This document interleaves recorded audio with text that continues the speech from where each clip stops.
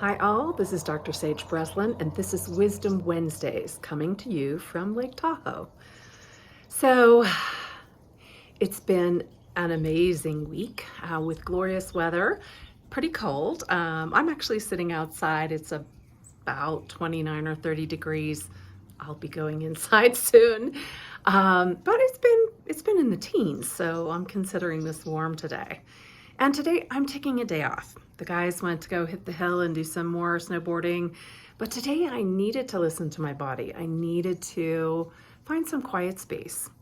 And I've been noticing lately, even in my dreams, that I feel like things are going so fast I can hardly get a grip. And I keep trying. I mean, that's the joke of it. Even down the hill, I noticed that, where it was more well-groomed, I had to really fight to keep in control, to keep the speed down, to keep with my no-fall contract with my oncologist.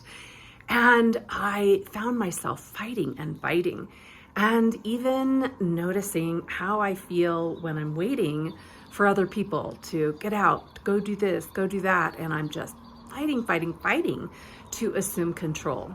And of course, you know how that ends. It doesn't end well.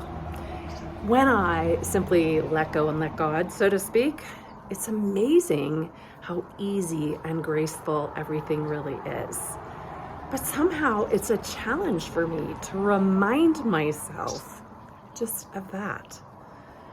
So I thought maybe I'd talk a little bit about resistance.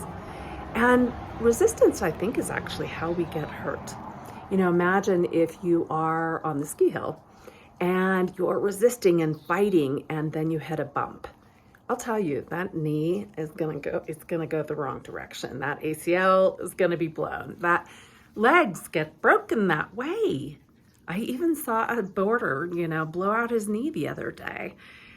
And I just became so aware of how much more practice I need in letting go and surrendering to it all. I know that many of us who have been in very unhealthy circumstances or violent relationships, it's like we grit our teeth and we hang on for our life. And that resistance keeps us going one foot in front of the other. Except that's not helpful. It's not helpful to stay in unhealthy circumstances. Imagine being in a job where you just grit your teeth, right? And every single day you just force yourself through the motions, one foot in front of the other, getting the job done.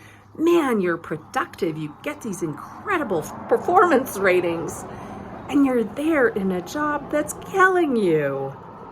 But what if we stopped resisting? What if, in fact, we let ourselves break? That certainly ends that problem, doesn't it? I know that for me, when I finally let go and I let myself plummet to the ground at a time where I didn't even know if I would be able to get back up, everything changed. Everything. The relationship ended. The way I approached life ended. My health sort of ended. I struggle with my health ended. And I entered a new domain of, treatment for my cancer. But honestly, best thing that ever happened. I don't know that I would have survived in those unhealthy circumstances. I really don't believe if I kept on resisting and I kept on gritting my teeth and I kept on putting one foot in front of the other, I don't think that I would have even the beautiful life that I have now.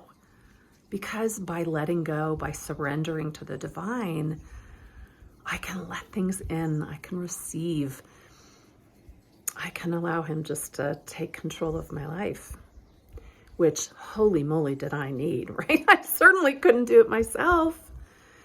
So if you're in circumstances where you're noticing that you're resisting a lot, like every day, and you notice that you are just putting one foot in front of the other, maybe it's time to consider doing it differently.